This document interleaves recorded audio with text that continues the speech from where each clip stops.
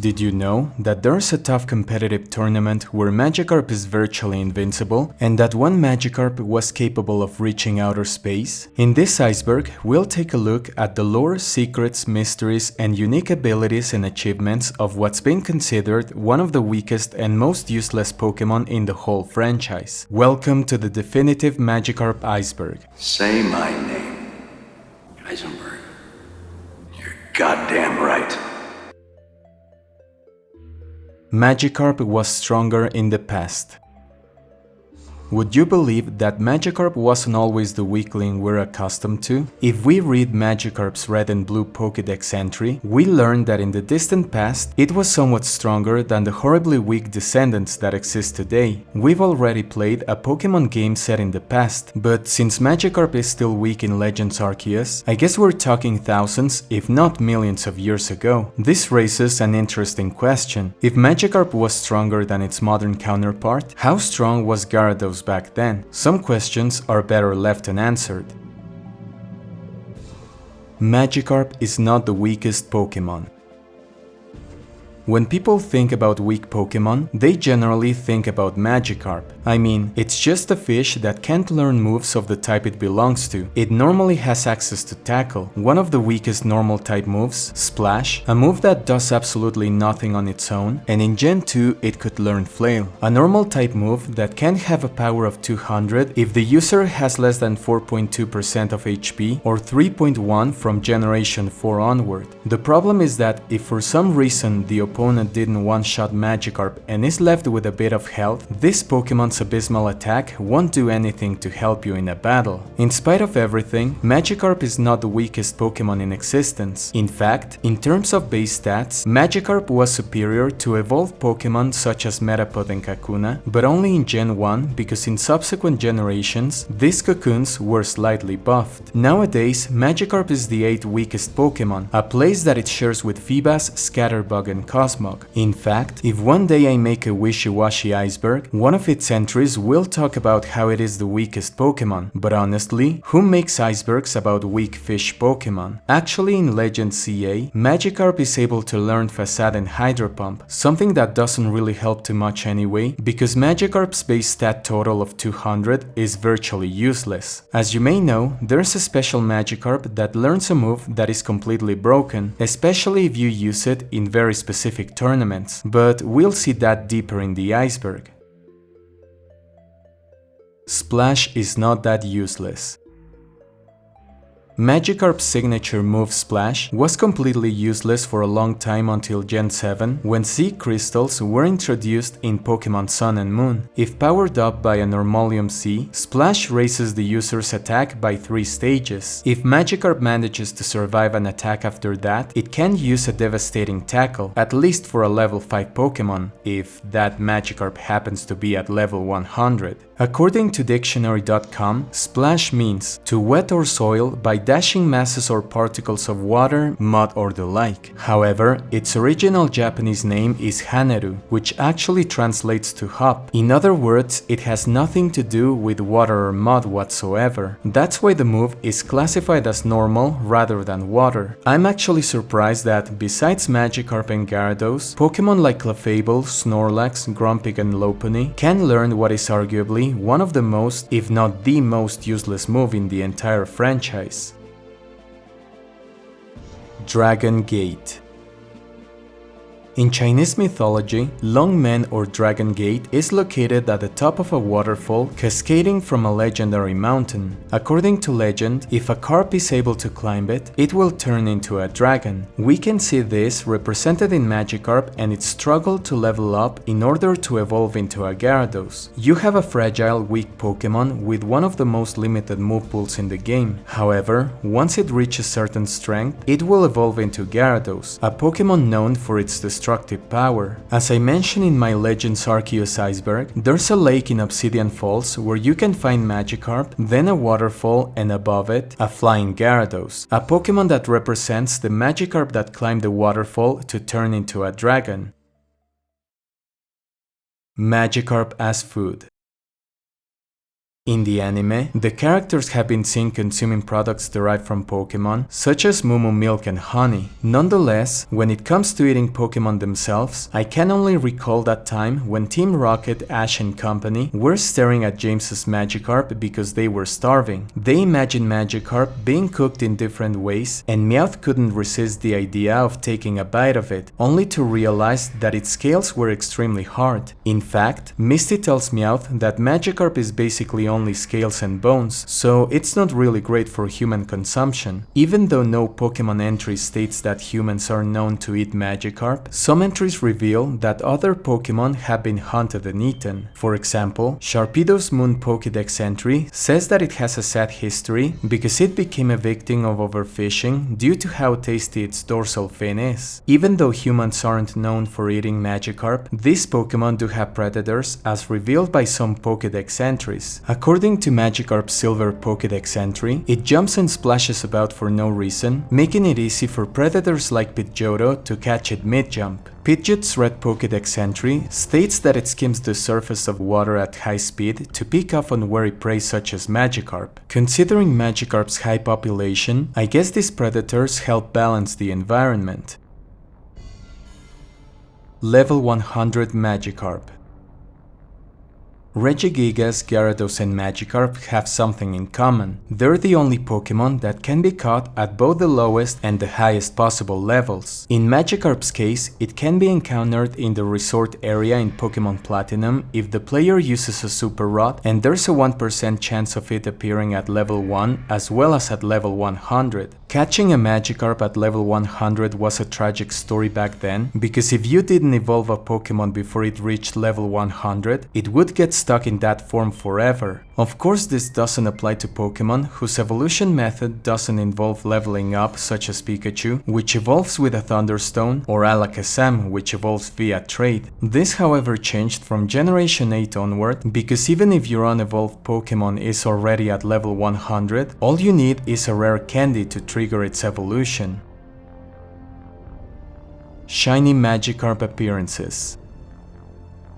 Magikarp is one of the few shiny Pokemon that has had multiple appearances in the anime, not counting shiny Pokemon owned by recurring characters. The first time we saw this golden fish was in the episode Judgment Day, where a character named Jimmy trades a shiny Magikarp he found under his clothes after being saved from drowning for a normal Charmeleon from a passerby. If you were offered the same trade, would you do it? On one hand, you have a weak but rare Pokemon. On the other, a Pokemon that evolves into a fan-favorite fire Pokemon that is particularly strong in the anime. I guess the chance of finding a shiny Magikarp isn't comparable to having a regular Charmeleon, no matter how much potential it has. In fact, even if I weren't sure what shiny Pokemon are, I would be curious to know what that special Magikarp would look like once it evolved into a powerful Gyarados.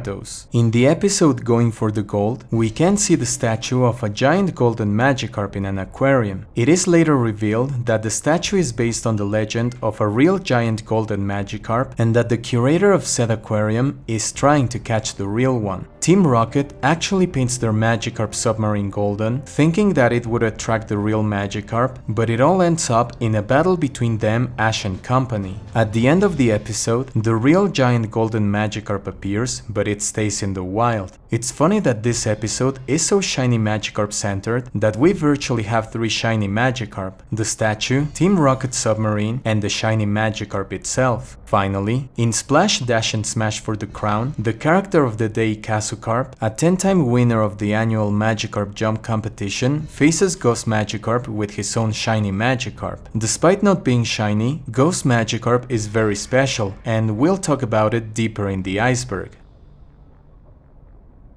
Event Magikarp distributions. Magikarp has been given away at different events, and some of them with very special moves or in their shiny form. Here are some of the most significant. The first Magikarp ever distributed was the so-called University Magikarp, a very special Pokemon that knew Dragon Rage and that only a few got their hands on back in 1998. I'll talk about it more in depth deeper in the Iceberg. In 2002, another one was given away for those in possession of a copy of Pokemon Gold, Silver or Crystal. Crystal, a Magikarp that knew the move Reversal, a fighting move that deals more damage the least current HP the user has. This wasn't really that special because back in Gen 2, Magikarp could learn the move Flail, a move that worked exactly the same as Reversal, with the difference that it's a normal move. A year later, we would see the first instance when Magikarp got stabbed from one of its moves, and I'm talking about Bubble. This very Pokemon benefits from being transferred to Gen 1 because in Gen 2 it had a special attack of 15, but in Red, Blue and Yellow it had a special of 20. In 2013, a level 99 shiny Magikarp was given away to owners of Black 2 and White 2 in Japan to promote the reopening of the Nagoya Pokemon Center. Finally, from June to August 2015, another shiny Magikarp at level 1 was distributed to celebrate the opening of the Hiroshima Pokemon Center. Feebas and Magikarp's parallels. Magikarp and Feebas are like siblings. Both are weak fish Pokemon with a terrible move pool that evolve into completely different looking creatures with actual competitive value depending on the generation. Gyarados and Milotic are serpentine Pokemon with a base stat total of 540, sharing the same HP, defense and speed, and sharing the same value in attack, special attack and special defense, but in a different arrangement. There are more similarities between the two and their evolutions, but I think it's worth mentioning their differences as well. Unlike Magikarp, Feebas can learn a wide variety of moves through TMs and HMs such as Ice Beam, Surf, Dragon Pulse and Scald, as well as those learned via breeding like Hypnosis, Confuse Ray and Mirror Coat, an amazing advantage over his Cantonian sibling. Also, Feebas can evolve by leveling up and having a high enough beauty condition, or by trading it holding a Prism scale. Finally, another important difference is that while Magikarp is one of the most common Pokemon, it was extremely challenging to find Feebas, especially in Ruby, Sapphire and Emerald. Magikarp Salesman. If YouTube had existed back in the 90s, I'm sure the Magikarp salesman, who first appeared in the episode Battle Aboard the Saint Anne, would have uploaded a video titled How to Get Rich with a Single Magikarp. However, he had no choice but sell this weak Pokemon to anyone who happened to pass by his stand. James was his first victim, offering him a Magikarp in a gold Pokeball, claiming it could lay thousands of Magikarp eggs and become a literal gold mine. However, after James spends Jesse and Meowth's money on a fake gold Pokeball containing a worthless Pokemon and survives the shipwreck, he kicks the Magikarp into the water, where it suddenly evolves into a Gyarados and sends them blasting off. If James had taken care of his Magikarp, it would have been an amazing addition to their team, but I guess being a water-flying type Pokemon, Gyarados would have had trouble facing Pikachu. The Magikarp salesman made many appearances in future episodes across different seasons. In the episode Who's Flying Now, he makes another appearance, but this time, instead of selling Magikarp, he's selling fake Chimecho that are actually Hoppip painted to resemble them. James falls for the seller's tricks once more, especially because he fell in love with this species of Pokemon when he was a kid, but as expected, he soon discovers the truth. At least shortly after, he finds a real Chimecho that later joins the team. The video game counterpart of this man can be found in the Pokemon Center on Route 4, where he sells the player a Magikarp for just 500 Poké-dollars. Honestly, it's quite cheap, cheaper than 3 Pokeballs, and if you're patient enough, you can end up with an overpowered Pokemon in the form of Gyarados starting at level 20. This man is referenced in Pokemon Gold, Silver and Crystal, as well as in Heart Gold and Soul Silver. If you visit the Pokemart in Pewter City, an NPC mentions that 3 years earlier, a strange old man sold another NPC a Magikarp that eventually evolved into a Gyarados. Finally, he also shows up in Pokemon Black 2 and White 2, offering another Magikarp for 500 Poké-dollars on Marvelous Bridge. It's worth noting that whenever this man appears in the anime, Jesse, James and Meowth end up gaining and losing a Pokemon. For example, in the episode Here's Looking at You Elekid, James loses his Victreebel, but gains another one that evolves into yet another Victreebel. However, it falls in love with the other Victreebel and he ends up losing both. Evolving a shiny Magikarp is a mistake. You probably already know why evolving a shiny Magikarp is a really bad idea, especially if you're playing specific versions. The most accessible and common shiny Pokémon since 2000 is the red Gyarados in Pokémon Gold and Silver. Even though it wasn't obtainable in Generation 3, it made a comeback in Gen 4 in Pokémon Heart Gold and Soul Silver. This means that the red Gyarados was easily obtainable in Gen 2, and from Gen 4 onward, you could simply transfer it to future generations using the Poké Transfer Lab, the Poké Transporter, Pokémon Bank, and Pokémon Home. All in all, while Gyarados is one of the few guaranteed shiny Pokémon across a couple of generations, Magikarp needs to be encountered as the vast majority of other Pokémon. Magikarp is absent in the wild in Pokémon Black and White. Magikarp is an extremely common Pokémon, and when I say extremely common, I mean it. If you have an old rod, you can almost always find Magikarp in most waters of the Pokémon world. Magikarp can be purchased from the Magikarp Salesman in Black and White, but in spite of how common it is everywhere, it's completely absent in the wild in Pokémon Black and White. However, in Black 2 and White 2, this fish can be found in the nature preserve. Even in Pokémon Snap, this Pokémon is almost everywhere, with the exception of the final level, as the only Pokémon you can find there is Mew. All you have to do is to throw apples or pester balls in rivers or lakes, and Magikarp will jump out. Magikarp Sweep.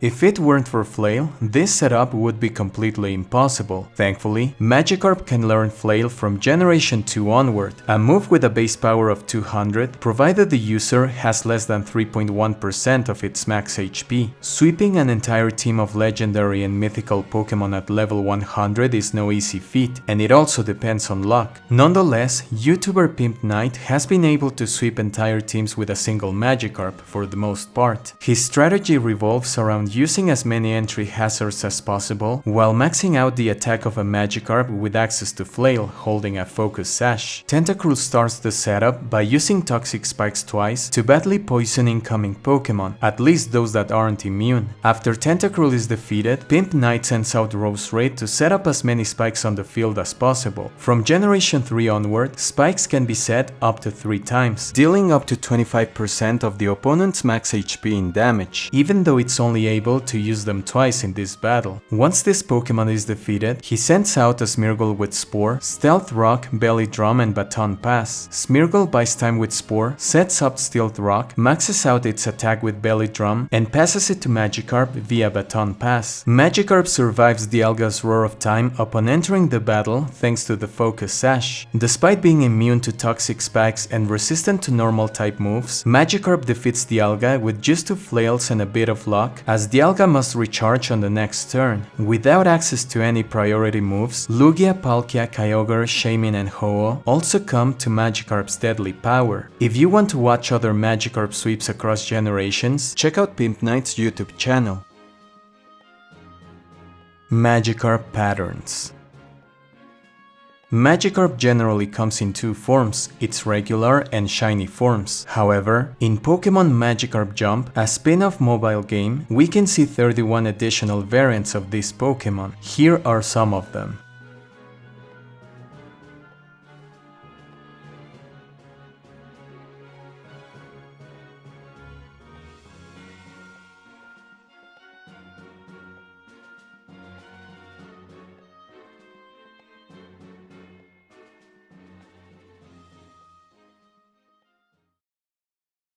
Beating Pokémon Red, Blue, and Yellow with only a Magikarp. Under normal circumstances, it would be impossible to beat Pokémon Red, Blue, and Yellow with only a Magikarp. Despite being an extremely weak Pokémon with access to tackle and struggle once it runs out of PP, Magikarp can still defeat a surprising number of Pokémon throughout most of the adventure. However, we run into a major problem upon reaching Lavender Town. As many of you may know, Ghost-type Pokémon are immune to normal type moves. To progress in the story, we are forced to obtain the Pokéflute from from Mr. Fuji to wake up the Snorlax, blocking routes 12 and 16. The issue is that, to get it, we must go through several mandatory battles involving ghost Pokémon. Nowadays, Struggle deals neutral damage to all Pokémon regardless of type, but back in Gen 1, it behaved like a normal type move, meaning ghost types were immune to it. Thankfully, there are two ways to beat Pokémon Red, Blue and Yellow using only a Magikarp. From January 24 to 30, 2003, a Magikarp that knows Bubble was distributed to Pokémon Gold, Silver and Crystal players through machines at the Pokémon Center, New York. With the ability to damage ghost types, it would only be a matter of time, effort and a lot of luck to defeat the Elite Four with this Magikarp. The other way involves the so-called University Magikarp, a special Pokémon that knows Dragon Rage, an attack that always deals 40 HP of damage. Gyarados 11 demonstrated that it is indeed possible to beat the games with this Magikarp. However, there's a major drawback. Since neither of them shares the same trainer ID or original trainer name as the player, Magikarp will frequently disobey as soon as it reaches a specific level, depending on what gyms you have beaten. This kind of Pokémon can't afford to waste any turns because of how fragile and weak it is. Gyarados did some RNG manipulation to get an identical trainer ID to that of Bubble Magikarp's original trainer in order to avoid the hassle of disobedience, something he didn't with the University Magikarp. Both methods are extremely painful, but also very entertaining, so if you're curious about Gyarados 11's journey with these two weaklings, check out his videos. Magikarp saved Team Rocket. One of the closest calls for Ash, Misty, Brock and Team Rocket was the sinking of the SSN. While Ash and company managed to escape the ship, things didn't look very good for Team Rocket until James remembered that he had purchased a Magikarp. It seemed completely oblivious to the situation and the ship continued sinking with Team Rocket still inside. Ash and company thought that that was the end for Team Rocket, but thanks to what is considered one of the weakest Pokémon, they managed to survive. So maybe we need to reconsider. Is Magikarp really the most useless Pokémon ever? Maybe it's time for someone to start using Magikarp in VGC and show the world its true potential. Okay, I'm just kidding. But it's nice to know that Magikarp has done something for the world besides being a laughingstock. Tragically funny statements about Magikarp in official Pokémon media. We know that Magikarp is not really the weakest Pokémon, but a lot of descriptions from official Pokémon media state quite tragic things about this poor, innocent, useless Pokémon. The blurb for Pokémon Magikarp Jump states the following: "You can raise the ultimate Pokémon. What is this world coming to? It's a Pokémon game all about the weakest Pokémon ever, Magikarp. Anyone can play this simple game in their spare time to create the most majestic Magikarp ever in this official Pokémon app. What kind of Pokémon is Magikarp? It's famous for being pathetically weak, unreliable and generally useless. It can't learn any powerful moves. All it does is flop around and splash. When it flops its way too high in the sky, it's sometimes snagged by the bird Pokémon Pidgeotto, never to be seen again." There's something dark but funny about that last statement. Magikarp is definitely a unique Pokémon. The Magikarp Song. If you thought that the previous entry mentioned tragic things about the original fish Pokémon, wait until you hear what's next. I love it when the official Pokémon YouTube channel uploads videos about even the weakest or most overlooked Pokémon in the entire series. If you watch my Diamond and Pearl Iceberg, you might remember I talked about Bidoof's Big Stand, a video that highlights the struggles of being an HM slave like Bidoof and how despite everything, you can still achieve great things. Well, our friend Magikarp received similar treatment because the official Pokémon YouTube channel gave Magikarp its own song. Here's part of it.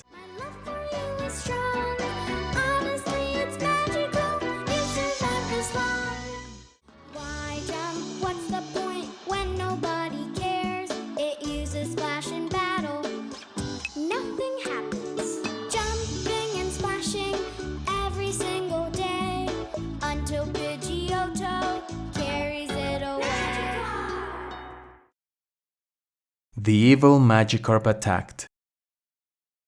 Did you know that Magikarp was evil in Gen 1? Well, only in the Spanish localization. Back in the 90s, it wasn't common to find video games in Spanish in Latin America. Spain was luckier in that regard, but in countries like Mexico, Argentina, Colombia and Peru, we received the same versions in English as in the US. Pokémon Red and Blue were among the first games we got in Spanish on this side of the world. Unfortunately, they also came with quite a few translation mistakes. One of the most obvious appeared when fishing for Pokémon. In English, the game displays the message, "The hooked Pokémon attacked," but if you hooked, for example, a Magikarp in the Spanish version, the game would instead say, "El malvado Magikarp atacó," which translates to, "The evil Magikarp attacked." Even as a child, I knew something was off, but I still wonder how many players speculated about in what way Magikarp could possibly be considered evil. What I still can't wrap my head around is how anyone fluent in both English and Spanish could translate hooked as malvado. You know what would have been very funny? If they had translated it as adicto. A more accurate line would have been, "El Magikarp picó el anzuelo." It really makes you wonder what the translator's thought process was, because not even the most obscure meaning of hooked is a synonym for being evil. This message appears for all Pokémon encountered through fishing, but Magikarp is by far the most common example. Ordinary Magikarp evolves into a shiny Pokémon.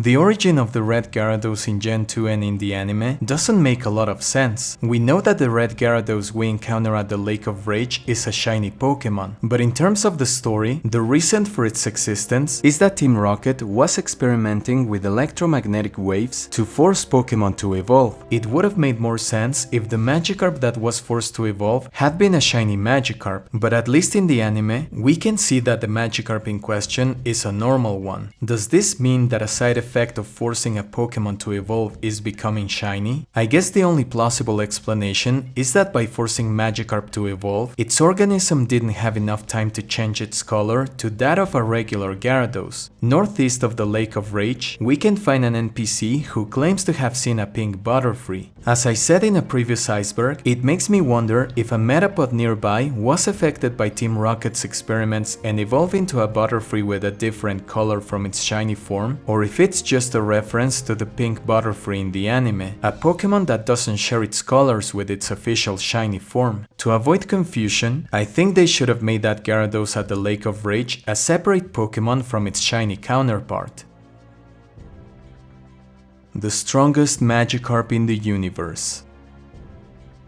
Pokémon are different, but even within the same species, some are stronger than others. With that in mind, there's a Magikarp in the anime that is basically the equivalent of Goku. Aside from being weak, Magikarp is also known for jumping quite high. For example, we can see Magikarp competing in Magikarp Splash in Pokémon Stadium or in the mobile game Pokémon Magikarp Jump. However, the Magikarp I'm talking about is Go's Magikarp from the anime. After being left at the Cerise laboratory, Go's Magikarp grew fat. Nonetheless, Go decides to train it. In fact, this Pokémon trains so hard that it's revealed that it has been wearing 2 heavy weights on its dorsal fin. And when I say heavy, I mean it, because even 2 Machamp are barely capable of lifting them. As expected, training with heavy weights like Goku paid off. While the shiny Magikarp reached a decent height, Go's Magikarp jumped so high that it actually left the planet. Considering that the jump was high enough for Magikarp to see the darkness of space, you might think it won the competition. Nonetheless, since it needed to land, Go's Magikarp was disqualified. In fact, it took the rest of the episode for Magikarp to finally make its way back to Earth's surface. Without a doubt, one of the strongest Magikarp I've ever seen.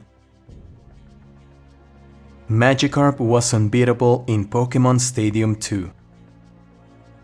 Magikarp was one of the most dangerous Pokémon in the Pika Cup. Is probably a sentence no one has ever said in any other timeline, but I dare to say it in this one. Well, remember the infamous fissure in Pokémon Stadium, the one that has a Dragonair with Dragon Rage in the Pika Cup? I'm bringing this up because there was a legitimate way to obtain a Magikarp with the same move, but let's just say it wasn't easy, because out of the 5.9 billion humans that existed in 1998, only 30 or 20 according according to other sources, got their hands on this killer machine. All you had to do was achieve a perfect score on a Pokémon exam included in the August 1998 issue of the Shogakukan Learning magazine, pay 480 yens plus postage to send your test, which ironically is almost the same price as the Magikarp in the Pokémon Center, and be lucky enough to be selected to receive a level 15 Magikarp with the special move Dragon Rage. We'll talk about this Pokémon's level later, by the way. Even though many Pokémon exceed a max HP of 40 in the Pika Cup, there are some such as Charmander that would go down in one hit because Dragon Rage is a fixed damage move that always inflicts 40 HP of damage regardless of your opponent's level. We've talked about how weak Magikarp is, but it's honestly not as weak as we think, because it can actually take a couple of hits, especially from unevolved Pokémon like those allowed in this cup. On top of that, Magikarp is by no means a slow Pokémon. In fact, with a base speed of 80, it's as fast as Venusaur, Dragonite and Kabutops, and faster than Blastoise, Nidoqueen, Victreebel, Machamp and several other fully evolved Pokémon. All in all, if you had a University Magikarp at level 20 facing level 15 non-fully evolved Pokémon in the Pika Cup, this unsuspecting Pokémon would have been quite the challenge for your opponents. However, this is not exactly what this entry refers to, but I wanted to talk about it because the level at which Magikarp was distributed has been debated throughout the years, and if some rumors are true, then this Magikarp would have become virtually unstoppable in Pokémon Stadium 2. I found that Bulbapedia isn't entirely sure what level the University Magikarp was given away at. On this special Pokémon's main page, it says it was distributed at level 15, but on Magikarp's event distribution section, its level appears as unknown. When I was watching one of J. Rose 11's solo Magikarp runs, he mentioned that while Bulbapedia stated in 2024 that this Magikarp was distributed at level 15, back in 2017 he saw it listed as level 5. I checked other sources and found that Wikidex, the Spanish version of Bulbapedia, says that it was given away at level 5. If this is the case, then we have found an official way to completely destroy a tournament in Pokémon Stadium 2, the Little Cup. This cup allowed baby Pokémon as well as unevolved Pokémon with at least one evolution at level 5 to participate in the challenge. If you paid attention to why this Magikarp was already dangerous in the Pika Cup, then you probably know why this would be the case in the Little Cup. If you recall how much HP your level 5 Pokémon usually have at the beginning of your adventure,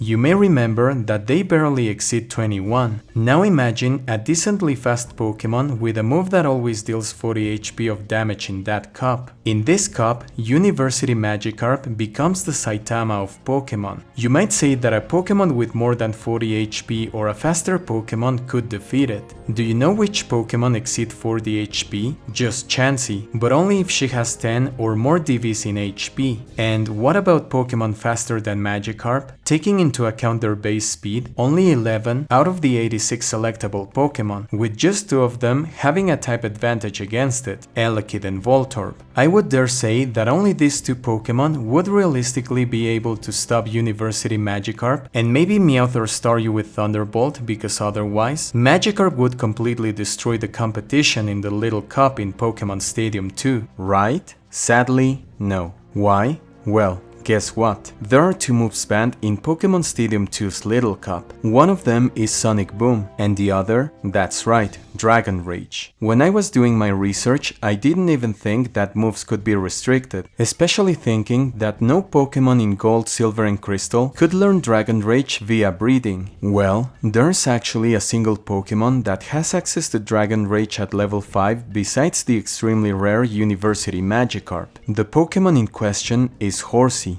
Did Game Freak restricted Dragon Rage just because of Horsey, or was it because of the nature of the move? It's really sad that in the end, University Magikarp didn't have a way to dominate this cup, because I really thought it could. I had to rewrite my script and re-record once again after I learned this fact about Sonic Boom and Dragon Rage. However, I think that somebody should try to beat the Pika Cup in Stadium 1 with this Magikarp in their team and see how far it can go. In fact, you know what? Can I beat the Pika Cup with only a Magikarp? My rules will be simple. Only Magikarp will be allowed to inflict damage, and I can switch to other 2 Pokémon, but they're only allowed to use Thunder Wave. So here's my University Magikarp. I decided to raise it to level 20 to stand a chance because this is no little cup. While it's possible to one-hit KO certain Pokémon in this challenge, most Pokémon exceed 40 HP, so besides having Magikarp at the highest level possible, I also needed to use as many vitamins as I could. This Pokémon stats weren't manipulated. In fact, I kept the very first Magikarp I found and gave it Dragon Rage. With that out of the way, we begin our first battle against the Bug Catcher. With the exception of Nidorina and Butterfree, the rest of his team has slower Pokémon with less than 40 HP, easy as pie. Paras has no chance at all and it goes down in one hit. As expected, Magikarp goes first and leaves Butterfree with only 4 HP. Butterfree attacks with Sleep Powder and puts Magikarp to sleep, but as you can see, there's no problem because Tackle barely damages this powerful god. Magikarp's special is far from being as high as its defense, but we still tank Butterfree's confusion very well. Magikarp wakes up in the next turn and gets hit one more time, but in the next turn it finishes the job. Ekans is no problem because it goes down with a single Dragon Rage because its HP doesn't exceed 40. Battle 2 is against a lad with some flying Pokémon, but what I'm concerned about is his Ivysaur. First of all, because it definitely has more than 40 HP, but also because if it has Razor Leaf, it'll be game over because it crits almost every time. Our opponent begins by sending out Farfetch. It barely survives Dragon Rage, which allows it to use Fury Attack. It crits with 2 hits, but Magikarp is still over 80% its max HP. Farfetch goes down in the next turn, and now it's time for the Pokémon I was fearing. It doesn't look very good, especially because we're not at full health. We leave Ivysaur with only 6 HP, and thankfully, it doesn't have Razor Leaf. But Vine Whip is still not good. Magikarp takes the hit very well, and it survives with enough HP to finish the job. Next is Geodude, and it's a guaranteed KO due to its low HP and speed. Time for Battle 3. Next is a swimmer with a bunch of aquatic Pokémon. Staryu concerns me because I think it can learn electric moves. However, my real issue is that Magikarp. Jokes aside, Staryu can be quite fast and Nidorino could poison us, but it actually goes for double kick after being hit by Dragon Rage. We barely lose any HP and now Nidorino goes down. Next is Poliwhirl or Polymer. We attack, it barely survives and attacks us with Bubble Beam. Magikarp is still above 50% health, but we knock out Tajiri's favorite Pokemon's evolution. The swimmer sends out an immovable object. My Unstoppable Force uses Dragon Rage and the paradox is solved. The Unstoppable Force wins with Dragon Rage and we are half through the Pika Cup. Next is a bunch of fire Pokemon that I doubt will be a challenge for the weakest Pokemon ever. A level 16 Ninetales is sent out, but we're still faster and leave it with 12 HP. Body Slam can be dangerous because it'll decrease our speed and risk our next turns. Thankfully, our luck and defense are on our side. Ninetales goes down in the next turn and now it's time for Growlithe. Magikarp attacks and Growlithe uses Bite, a move with a 10% chance of flinching, something that doesn't matter unless the user is faster than the opponent. No big deal. Growlithe goes down and the last Pokemon is a level 17 Drowsy. Drowsy is a scary Pokemon because it can use Hypnosis or confuse our Pokemon. We attack, Drowsy survives, and then it goes for Confusion, leaving us with only 11 HP. Thankfully, Magikarp is not confused, assuring that Magikarp will beat Battle 6 in the Pika Cup. So far, we've been fine without switching out,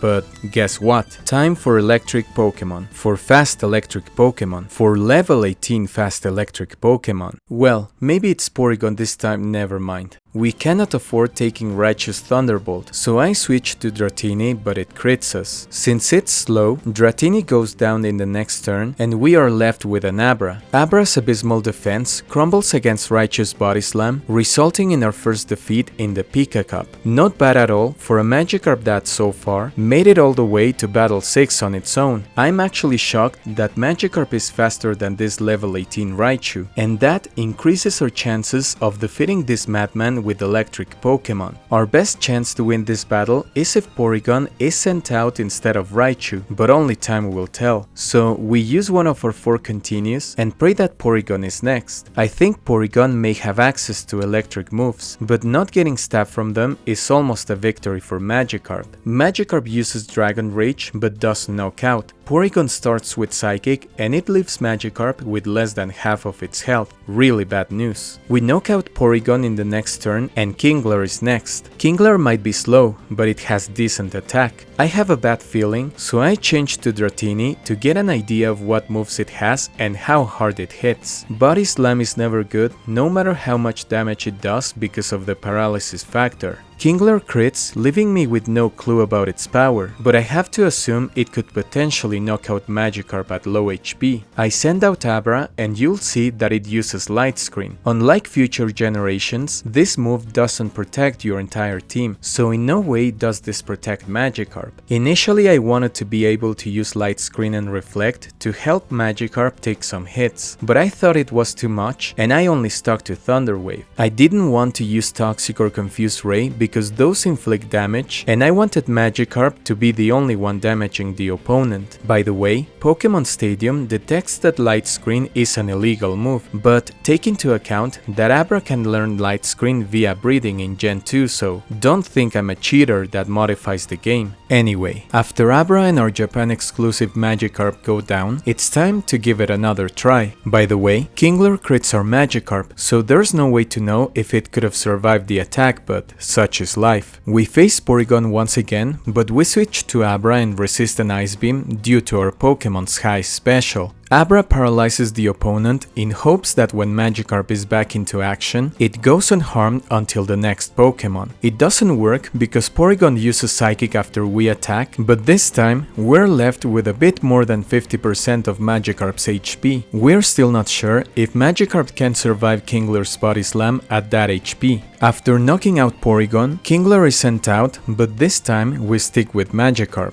Kingler is hit by Dragon Rage and we finally find out that Magikarp is indeed capable of surviving the attack. We finally defeat Kingler and the next Pokemon is Magnemite. The battle has already been decided because if the opponent is slow and it has less than 40 HP, there's nothing it can do against Magikarp. In our 6th battle, we face a hiker with a level 20 Rhyhorn and a speedy Pokemon in the form of Kadabra. They may not be electric, but I have a bad feeling about this. Magikarp attacks and we are then hit by a Stab Earthquake that leaves us with only 17 HP. Rhyhorn goes down in the next turn, but things aren't looking hopeful for Magikarp. The hiker chooses Wigglytuff, and I choose Dratini for fear that it knows Thunderbolt, but instead it uses Strength. Wigglytuff's attack is nothing special, but it does get stabbed from its normal type, so it's still a threat for Magikarp at such low HP. After landing a critical hit, Wigglytuff leaves us with 1 HP, just enough to paralyze the opponent in the next turn when we finally go down. Magikarp attacks and then we're hit with Strength, a move that isn't powerful enough to take us down. Wigglytuff is defeated, but with only 2 HP, even our next opponent Seadra can knock us out with the weakest attack. I switch to Abra in hopes of surviving the hit and paralyzing the opponent. I succeed in paralyzing Seadra, which is unable to move right after. Since it would be risky to switch to Magikarp, I waste a turn with Thunder Wave until Abra faints, and then it's time to pray that Seadra is fully paralyzed. Magikarp uses Dragon Rage, but Seadra gets lucky and it takes Magikarp down with Surf. Time for round 2. This time, Seadra goes first. Magikarp attacks and our opponent uses Surf, an attack that doesn't deal a lot of damage. Magikarp finishes the job, and our next opponent is Wigglytuff. We attack and we expect to survive Strength, except that our opponent has a surprise for us. For some reason, now it feels like using Mega Kick, a low accuracy move with almost the same power as Hyper Beam. Against all odds, Magikarp survives with a decent amount of HP, and after defeating Wigglytuff, we can finally see the light at the end of the tunnel. Next Pokemon is... yeah, we lost. Earthquake doesn't fail, and Thunder Wave doesn't affect ground Pokemon. We quit and we're down to our last continue. Guess which Pokemon goes first? Exactly. We have no choice but to get rid of Rhyhorn that always leaves Magikarp with little HP. I actually have the feeling that this is it. Wigglytuff is next, and I know it doesn't knock out Magikarp with Mega Kick, but it will weaken it enough for the next opponent to finish our run. Wigglytuff uses Mega Kick and it misses. Magikarp stands a chance and we get rid of Wigglytuff. Seadra is sent out and I think we're good provided whatever attack it uses doesn't crit. Here I have two options. I play safe and paralyze Seadra with Dratini or Abra, but lose that Pokemon since only Magikarp can attack, or number 2. I risk everything praying that Magikarp makes it alive and finishes off Seadra. I choose everything or nothing. Seadra uses Surf and Magikarp goes down to only 2 HP. The only thing that plays against us is a Pokemon Stadium Gen 1 miss with Dragon Rage, something that has a chance of 1 in around 65,000 of happening. Thankfully, we make it to the semi-final,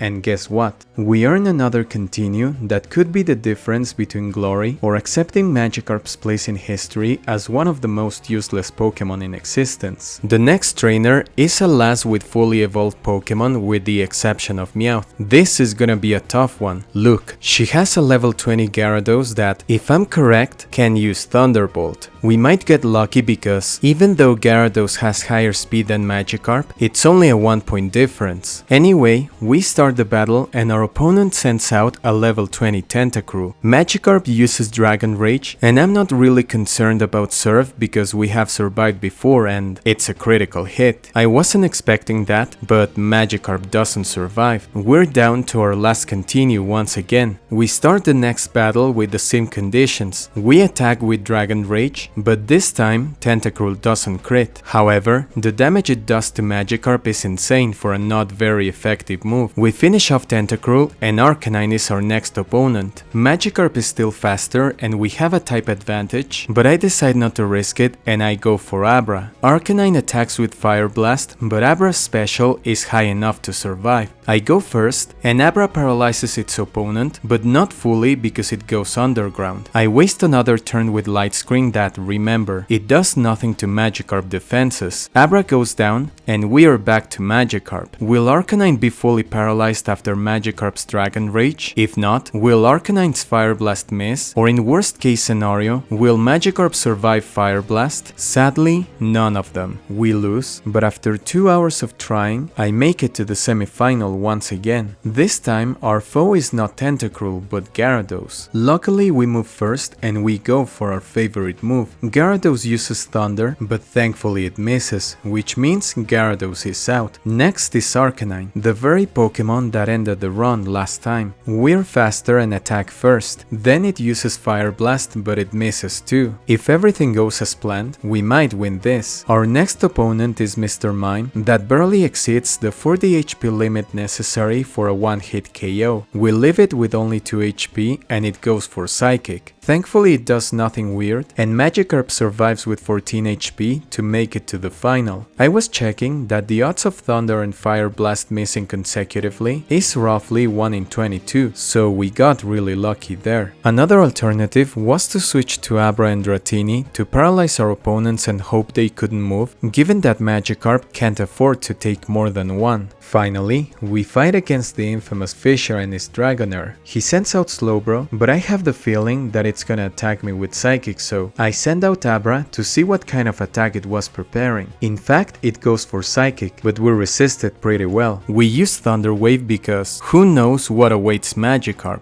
Slowbro uses Tri-Attack and defeats Abra. Now it's time for Magikarp. We go for Dragon Rage, hoping that Slowbro is fully paralyzed. Our wishes came true, but the next Pokemon is Clefable. After Magikarp attacks, Clefable uses a move I didn't want to see, but it makes sense that it knows Thunderbolt. How much is that gonna hurt? A lot. Now, if the next Pokémon is who I think it is, then we have already lost the fight. We finish off Clefable, and of course the Fisher sends out Dragonair. We're faster, but one Dragon Rage from Dragonair and the battle is over. I can't change to Dratini because it'll be hit by the attack, and since it's lower than its opponent, Dratini will faint in the next turn and Magikarp won't make it. I used Dragon Rage anyway, but the result is what I initially expected. Once again, we're in a situation where Magikarp can't afford taking any damage before facing Dragonair because if it faces its opponent with less than 41 HP, Magikarp will lose. This time, we have no choice but to make good use of Abra and Dratini. I didn't really establish it as a rule, but I always start with Magikarp, so that's what I do before changing to Abra. Psychic is no problem, we go for Thunder Wave to paralyze Slowbro, and we go down with Tri-Attack. We go back to Magikarp and its Dragon Rage, and we got lucky because Slowbro can't move. Magikarp is at full HP to face Clefable, but remember it has Thunderbolt, so we need to make good use of Dratini. It is hit with Thunderbolt, but it's not very effective. What worries me now is that Clefable might outspeed us with something crazy like Ice Beam, preventing us from using Thunder Wave and stopping us in our tracks. While it does outspeed us, it goes for Double Edge, which is far from good news because of its 120 base power and stab. I have no idea how, but Dratini survives with only 2 HP. Clefable gets recoil damage, but it doesn't make any difference because it's still 2 Dragon Rage from fainting. Dratini uses its last breath to paralyze Clefable before going down with a Thunderbolt from the Fairy Pokémon. Now, this is gonna be a decisive moment. Clefable won't miss with Thunderbolt, so it all goes down to whether it's fully paralyzed or not. Magikarp attacks with Dragon Rage and Clefable is unable to move. This might be it. We're still one Pokémon away from victory, but let's see what happens. As expected, our next opponent is the nightmare of everyone who made it this far, Dragonair.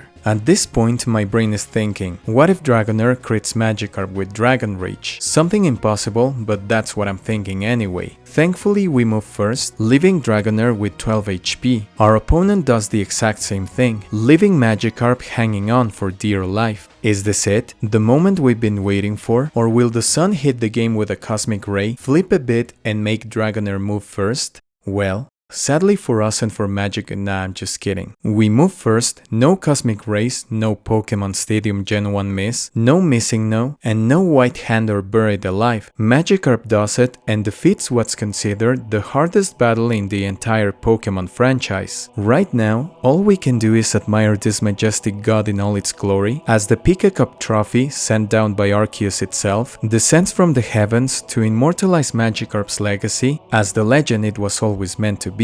I've never done anything like this before, but I can see why J-Rose 11 does it. It's challenging, it can be very tedious, but the end result, especially when succeeding, is extremely rewarding. I underestimated Magikarp at the beginning, and I even considered having other Pokemon using moves such as Toxic or Confuse Ray, but I didn't want my other Pokemon to cause any damage to the opponent, even if indirect. Using Sand Attack or anything similar would have been cheap, so I finally decided to keep the help as low as possible and only use Thunder Wave, a move that has a 25% chance of wasting the affected Pokemon's turn. I'm sure that Magikarp can beat more than half of the Pika Cup without any kind of help, and if very lucky, maybe even make it to the semi-final, but once there, it does require some sort of assistance. I know this is definitely not your typical Iceberg. I wasn't planning for the video to be longer than half an hour, and it's kind of a weird final entry, but I guess the fact that I overlooked the rules of the Little Cup compelled me to take on this challenge to atone for my sins. If for some reason J-Rose is watching this, I would like him to try round 2 of this challenge with the same or similar rules. If not, and if you're a fan of his challenges, let him know in his most recent video.